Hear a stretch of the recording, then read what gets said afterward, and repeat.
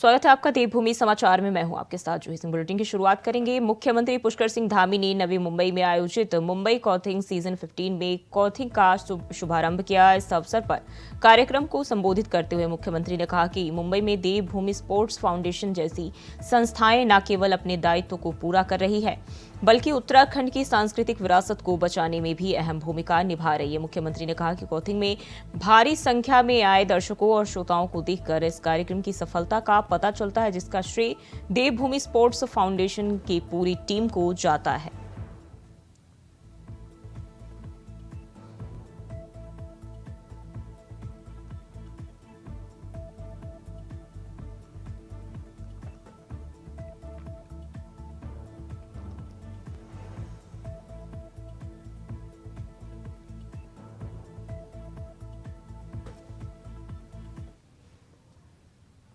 और प्रधानमंत्री नरेंद्र मोदी लाइव आ रहे, क्या कुछ कह रहे, चलिए आपको सुनाते हैं। और बड़े बहुमत वाली सरकार लाएगा।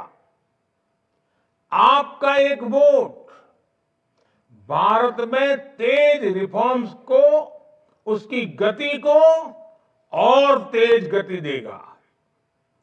आपका एक वोट भारत में डिजिटल क्रांति को और ऊर्जा देगा। आपका एक वोट पहले भारतीय को अपने दम पर अंतरिक्ष में पहुंचाएगा। आपका एक वोट अंतरिक्ष में भारत का पहला स्पेस स्टेशन स्थापित करवाएगा। आपका एक वोट भारत में पहला पैसेंजर एयरक्राफ्ट बनवाएगा। आपका एक वोट दुनिया में भारत की साख और बढ़ाएगा। इसलिए आपके एक वोट में बहुत बड़ी ताकत है। साथियों, जब देश में पूर्ण बहुमत वाली सरकार होती है, जब देश में स्थिर सरकार होती है, तो देश बड़े फैसले लेता है, दशकों से लटकी हुई समस्याओं को सुलझाकर आगे बढ़ता है। आप देखिए, ये हमारी पूर्ण बहुमत की सरकार है, जिसमें जम्मू कश्मीर में आर्टिकल 370 हटाकर दशकों का इंतजार खत्म किया। ये हमारी पूर्ण बहुमत की सरकार है, जिसने हमारे देश के सेना के जवानों के लिए 1 रैंक 1 पेंशन लागू कर देश के पूर्व फौजियों का 4 दशक का इंतजार समाप्त किया। ये पूर्ण बहुमत की सरकार है, जिसने जीएसटी जैसी आधुनिक टैक्स व्यवस्था लागू कर देश का कई दशक पुराना इंतजार समाप्त किया। यह हमारी सरकार है, जिसने नारी शक्ति बंधन अधिनियम बनाकर देश की महिलाओं का बरसों पुराना इंतजार खत्म किया। यह हमारी सरकार है, जिसने 3 तलाक के खिलाफ कानून बनाकर मुस्लिम बहन बेटियों में इंसाफ की उम्मीद बढ़ाई। यह हमारी सरकार है, जिसने 3 दशकों के इंतजार के बाद नई राष्ट्रीय शिक्षा नीति लागू की। यह हमारी सरकार है, जिसने एससी, एसटी, ओबीसी का हित सुरक्षित रखते हुए भी गरीब युवाओं को 10% आरक्षण का प्रावधान किया। और ये हमारी सरकार है, जिसको अयोध्या में रामलला के विग्रह की प्राण प्रतिष्ठा का साक्षी होने का अवसर मिला है।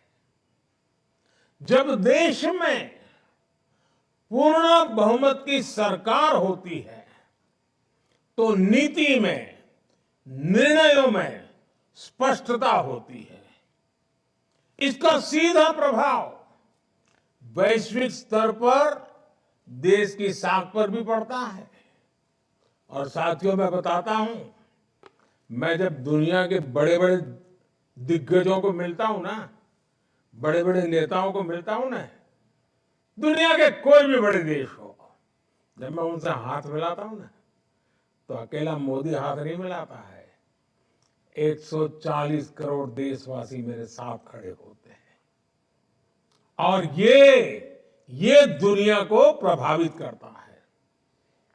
ये ताकत होती है पूर्ण बहुमत वाली सरकार की। आज दुनिया में भारत की साख एक नई ऊंचाई पर है।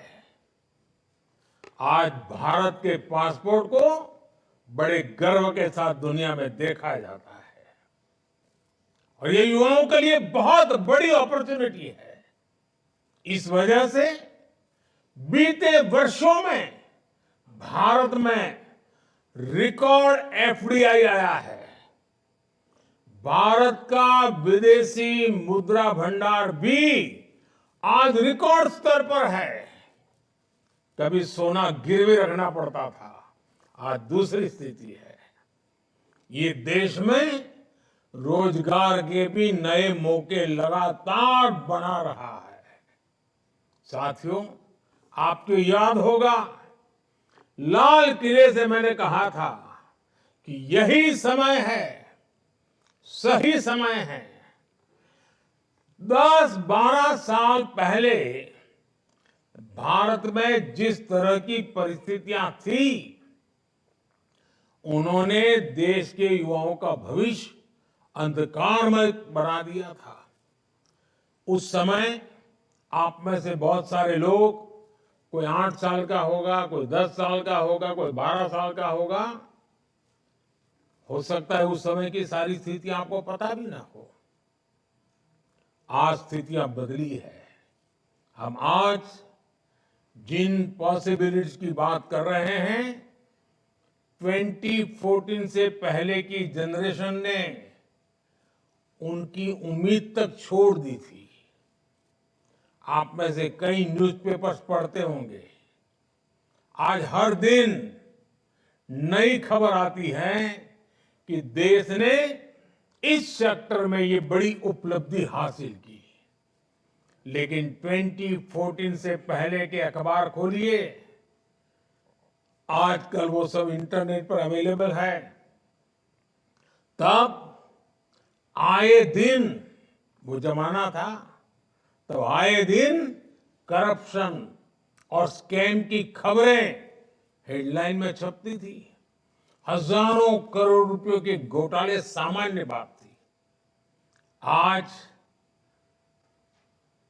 उस समय आए दिन देश के नौजवान सड़कों पर उस समय की सरकार के खिलाफ प्रदर्शन करते थे।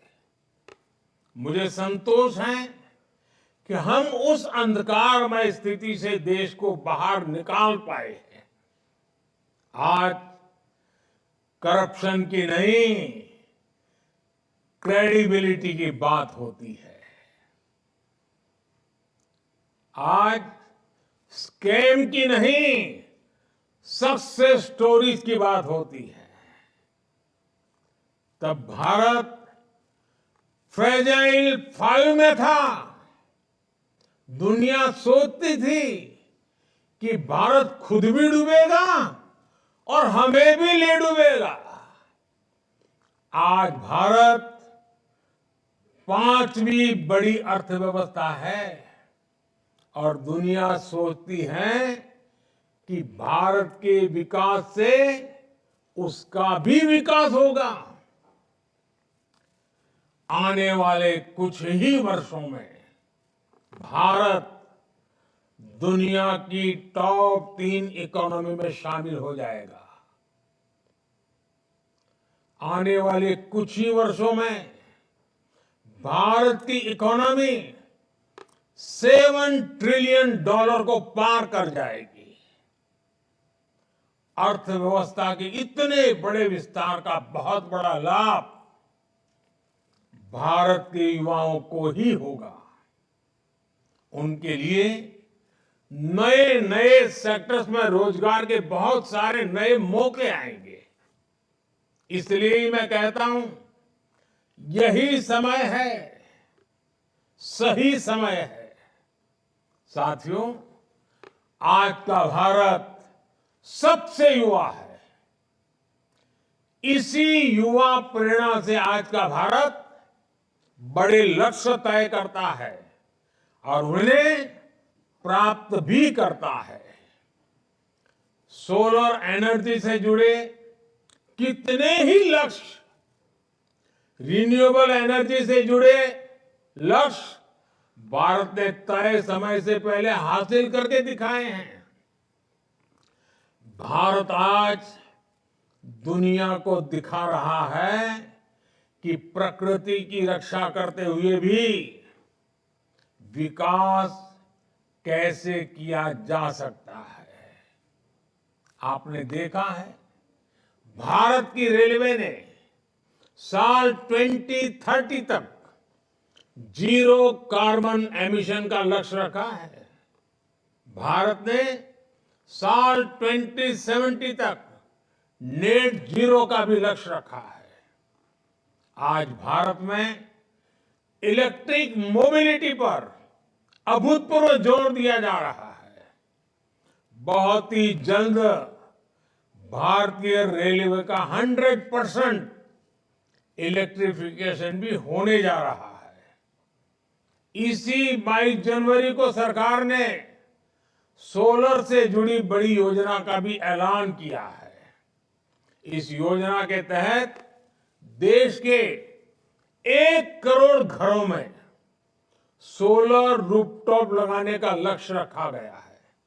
सरकार का प्रयास है कि हमारे गरीब साथियों का, हमारे मध्यम वर्ग के परिवारों का बिजली बिल तो कम हो ही, कुछ लोगों का तो जीरो बिल हो जाएगा।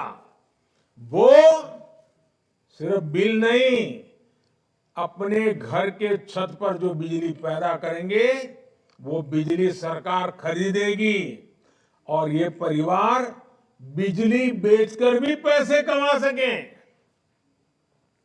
साथियों, आज का भारत आप युवाओं को बड़ी आशाओं से देख रहा है। आप 21वीं सदी के युवा हैं। आपके पास हजारों साल की विरासत है और इंटरनेट एज में फ्यूचर अप्रोच को देखने का सामर्थ्य भी है। दुनिया में ऐसी कोई युवा पीढ़ी नहीं है जिसके पास रामायण और गीता की प्रेरणा और आर्टिफिशियल इंटेलिजेंस पर काम करने का स्कोप दोनों हो। आपके पास ट्रेडिशन की भी ताकत है और टैलेंट की भी ताकत है। आपके पास इंस्पिरेशन भी है, इनोवेशन भी है।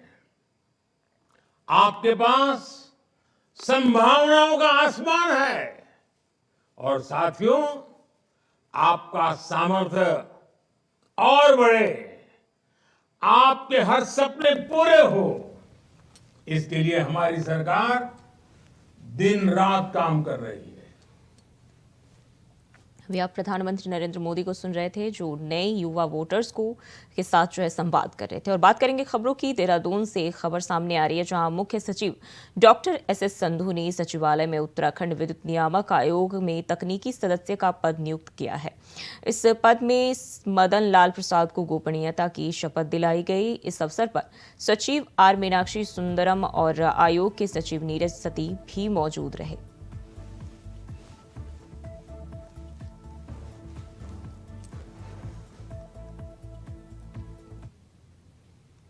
वहीं उत्तराखंड कांग्रेस ने प्रदेश चुनाव समिति का गठन कर दिया है, जिसमें कांग्रेस अध्यक्ष करण माहरा को अध्यक्ष बनाने के साथ ही लगभग 2 दर्जन से ज्यादा नेताओं को समिति में जगह दी गई है। जल्द ही लोकसभा चुनावों को देखते हुए कांग्रेस की स्क्रीनिंग कमेटी की बैठक भी होने जा रही है और इसको देखते हुए कमेटी बनाना जरूरी हो गया था।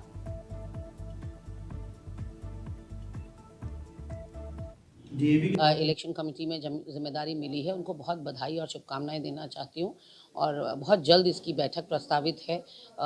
लोकसभा चुनाव के मद्देनज़र इसका गठन हुआ है और जो पैनल में नाम हमारे प्रभारी लोग देंगे उन पर विचार मंथन होगा और जो भी जिताऊ कैंडिडेट होगा और जो भी जनाधार वाला कैंडिडेट होगा उसके नाम पर मुहर लगाने का काम ये कमेटी करेगी और बहुत बड़ी जिम्मेदारी का काम है और इसके लिए पूरी वगैरह किसी में एक में है।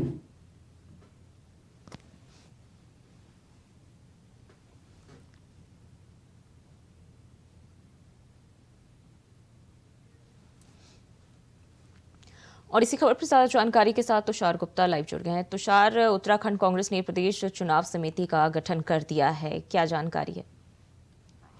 देखिए, बिल्कुल अगर प्रदेश समिति का जो गठन है वो कर दिया गया है और लोकसभा चुनाव से पहले का ये आगाज़ किया गया है, क्योंकि इसमें कई जो महत्वपूर्ण राजनेता इसमें मौजूद हैं, चाहे वो इसमें प्रदेश अध्यक्ष करण मेहरा हो, पूर्व मुख्यमंत्री हरीश रावत हो और तमाम बड़े जो नेता हैं वो इसमें शामिल हैं। और इसी का मकसद यही है कि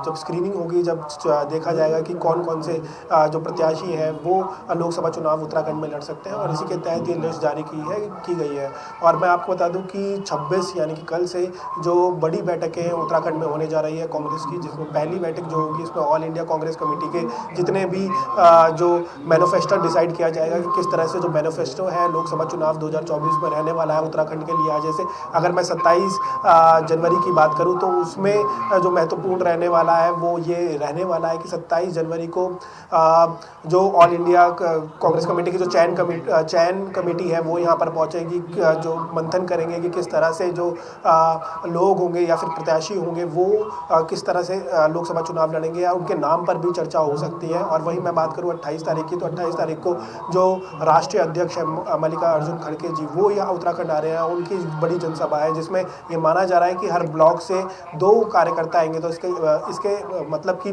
करीब 11 से 12 हज़ार जो लोग हैं वो यहाँ पर इकट्ठा होंगे। पहले परेड ग्राउंड में इसके लिए परमिशन मांगी गई थी, लेकिन कई कारणों से परमिशन नहीं मिली थी, जिसके बाद अब ये कार्यक्रम बन्नू ग्राउंड में होने जा रहा है। और इसके लिए जो तमाम पार्टी के जितने भी कार्यकर्ता हैं, बड़े नेता हैं, वो कार्यकर्ताओं को जोड़ने के लिए लगे हुए हैं। कल हरिद्वार दौरे पे थे प्रदेश अध्यक्ष करण मेहरा और साथ साथ नेता प्रतिपक्ष यशपाल आर्या, और उन्होंने कई बैठकें ली और उन्होंने उनसे वार्ता करी और साथ साथ चर्चा की कि जो ये खड़गे जी का जो ये दौरा होने वाला है उसे ऐतिहासिक बने। और उत्तराखंड में पहली बार जो धरती पे मल्लिकार्जुन जी कदम रखने वाले हैं, तो कहीं ना कहीं लोकसभा चुनाव का इसे आगाज़ भी मानेंगे। और जिस तरह से 26 तारीख से जो बैठकें शुरू होंगी उससे कहीं ना कहीं आने वाले समय लोकसभा चुनाव का जो निर्णय होगा वो भी उसमें भी बदलाव देखने को मिल सकता है। जी तुषार, चुनाव समिति जो है किन किन अहम मुद्दों पर जो है इस दौरान जो रणनीति बना सकती है, क्योंकि इंडिया गठबंधन के लिहाज से देखें तो कांग्रेस के लिए समय जो है काफ़ी मुश्किल भरा कह सकते हैं, क्योंकि एक एक कर सभी पार्टियां जो है कांग्रेस से अपना पल्ला झाड़ती जा रही है। देखिए, बिल्कुल जिस तरह से ममता बनर्जी का कल बयान आया है कि उन्होंने कांग्रेस अपने जो राज्य है वहाँ से लोकसभा चुनाव खुद ही लड़ने की बात कही है, जिसके बाद ये माना जा रहा है जो गठबंधन है वो टूटता हुआ नजर आ रहा है। बिहार में भी नीतीश कुमार की जिस तरह से फिलहाल इस तरह चर्चाएं चल रही है कि वो भी अलग हो सकते हैं, तो कहीं ना कहीं जो गठबंधन है फिलहाल खतरे में लग रहा है। और कांग्रेस के वरिष्ठ नेता भी यही कह रहे हैं कि अगर ममता बनर्जी के बिना पूरा इंडिया गठबंधन बिल्कुल ना के बराबर है और इससे ना लोकसभा चुनाव जीतने के लिए काफ़ी मुश्किल हो सकती है। वहीं उत्तराखंड की मैं बात करूं तो देहरादून में भी कल एक बैठक हुई सर्वदलीय, जिसमें सपा साथ साथ यूकेडी के बड़े नेता मौजूद थे और उन्होंने चर्चा करी किस तरह से जो लोकसभा चुनाव होगा उसमें किस तरह से वार्ता साथ साथ लड़ा जाएगा और कौन कौन से प्रत्याशी उसमें लड़ेंगे। तो सपा की मैं बात करूँ, सपा ने हरिद्वार और नैनीताल सीट से अपना दावा ठोका है कि हमें वहाँ से चुनाव लड़ना देना चाहिए। और वहीं अगर मैं बात करूँ विभिन्न पार्टियों ने अपना वो दिया है कि प्रत्याशी दिया है, लेकिन इससे कहीं ना कहीं समस्या पैदा होगी, क्योंकि विभिन्न पार्टियां हैं और सभी चाहेंगे कि अपने प्रत्याशी उतारें। और ऐसे में स्क्रीनिंग कमेटी का जो ये गठन हुआ है, उससे कहीं ना कहीं ऐसा लगता है कि इससे कहीं ना कहीं जो उत्तर चाहिए था या फिर कहा जाए समाधान हमें चाहिए इंडिया पार्टी को, वो किस तरह से होगा। और उसी के तहत ये स्क्रीनिंग कमेटी की जो बैठक है वो महत्वपूर्ण 27 तारीख को होने वाली है। और उससे पहले मैं बात करूं तो मैनिफेस्टो वो किया जाएगा कि किस तरह से जो मैनिफेस्टो रहने वाला है। तो कहीं ना कहीं जो कांग्रेस है लोकसभा चुनाव के लिए तैयार है, लेकिन जो इंडिया गठबंधन लग रहा है काफ़ी मुश्किलों में लग रहा है, क्योंकि जिस तरह से ममता बनर्जी का कल बयान आया और उसके बाद ये माना जा रहा है कि केंद्र से एक टीम गई है ममता बनर्जी को मनाने। तो अभी फिलहाल ऐसा लगता है कि जो गठबंधन है वो टूटने की कगार पे है, लेकिन कांग्रेस पार्टी अपने स्तर पर पूरी कोशिश कर रही है कि लोकसभा चुनाव में वो उत्तराखंड से एक सीट भी प्राप्त कर सके। जी तुषार, बहुत बहुत शुक्रिया आपका तमाम जानकारी के लिए। और देहरादून से बड़ी खबर सामने आ रही है, खतरे में आ सकता है इंडिया गठबंधन। सपा ने 5 लोकसभा सीटों में से 2 पर जताया दावा। हरिद्वार और नैनीताल से सपा ने की टिकट की मांग। सपा के राष्ट्रीय सचिव डॉक्टर आर.के. पाठक ने किया दावा। हरिद्वार सीट पर पूर्व में भी रहा है सपा का कब्जा। तो डॉक्टर आर.के. पाठक ने दावा किया है और सपा के राष्ट्रीय सचिव है जिन्होंने हरिद्वार और नैनीताल से सपा की टिकट की मांग की है और 5 लोकसभा सीटों में से 2 पर जताया है उन्होंने दावा। तो सपा की ओर से जो है खतरे में एक बताया जा रहा है, एक बार फिर से जो है इंडिया गठबंधन आ सकता है और सपा की ओर से सीटों की मांग की गई है।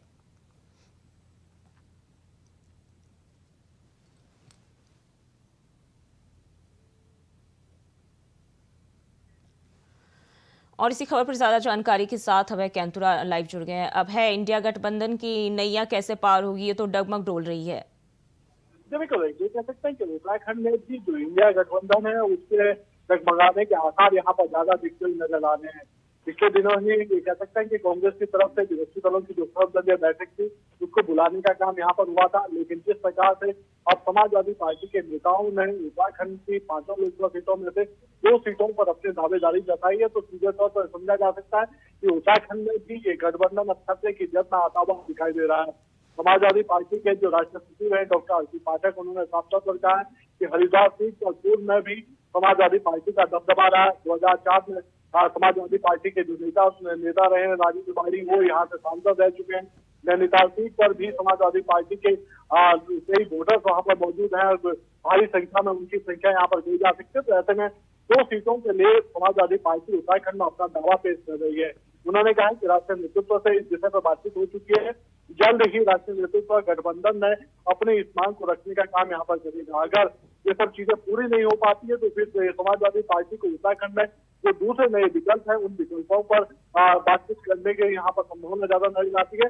और अगर गठबंधन टूटता है तो फिर समाजवादी पार्टी अपने बलबूते या फिर अपने दूसरे जो सहयोगी दल रहे होंगे उनके चुनाव के लिए उनके साथ चुनाव लड़ती नजर आएगी। तो ऐसा में समझा जा सकता है कि उत्तराखंड के भीतर जो इंडिया गठबंधन है वो भी यहाँ पर खतरे की जद में आता हुआ दिखाई दे रहा है और उसके भी टूटने के आसार ज्यादा नजर आ रहे हैं। जी अब है, हाल ही में हमने देखा है कि ममता बनर्जी ने भी पश्चिम बंगाल में अकेले चुनाव लड़ने का ऐलान किया। इसके अलावा पंजाब की बात कर ले तो आम आदमी पार्टी भी कह रही है कि हम कांग्रेस के साथ जो है सीट शेयरिंग पर सहमति ना बनवाने की वजह से अकेले चुनाव लड़ेंगे। और अब जो है उत्तराखंड में भी कांग्रेस की कुछ ऐसे ही सपा के साथ जो है देखी जा रही है हालत। तो क्या लगता है कांग्रेस इन सीटों को लेकर, दावेदारी को लेकर जो है सहमति इन दोनों के बीच बन पाएगी? देखिए, सबसे बड़ी बात यह है कि अगर उत्तराखंड के राजनीतिक इतिहास की अगर हम बात करते हैं तो उत्तराखंड का जो राजनीतिक इतिहास रहा उसमें मुख्य मुकाबला भाजपा और कांग्रेस के बीच में ही यहाँ पर रहा है। 5 सीटों की अगर हम बात करते हैं तो राज्य बनने से पहले बीजेपी या कांग्रेस के पास में सीटें ज्यादा रहा करती थी। राज्य बनने के बाद से तो हरिद्वार सीट ऐसी थी जहाँ पर समाजवादी पार्टी के सांसद यहाँ पर चुनाव जीते थे, लेकिन उसके बाद ये कह सकते हैं कि 2009 से लेकर अब तक के जितने भी चुनाव यहाँ पर रहे हैं उन सभी चुनावों में बीजेपी या कांग्रेस के ही नेता यहाँ पर चुनाव जीत रहे हैं। तो ऐसा समझा जा सकता है कि मुख्य मुकाबला अभी भी भाजपा कांग्रेस के बीच नहीं है, लेकिन गठबंधन होने के नाते यह समझा जा सकता है कि समाजवादी पार्टी जरूर उत्तराखंड में सीटों की मांग यहाँ पर चल रही है। लेकिन अभी फिलहाल ये कह सकते हैं कि उत्तराखंड में सीटों के बंटवारे को लेकर कोई बातचीत राष्ट्रीय स्तर पर नहीं हुई है, लेकिन इतना जरूर कहा जा सकता है कि अगर गठबंधन टूटता है तो फिर कांग्रेस को बड़ा नुकसान यहाँ पर उठाना पड़ सकता है। जी अभय, बहुत बहुत शुक्रिया आपका तमाम जानकारी के लिए। और देवभूमि समाचार में फिलहाल के लिए बस इतना ही। खबरों के लिए बने रहिए इंडिया वॉइस के साथ।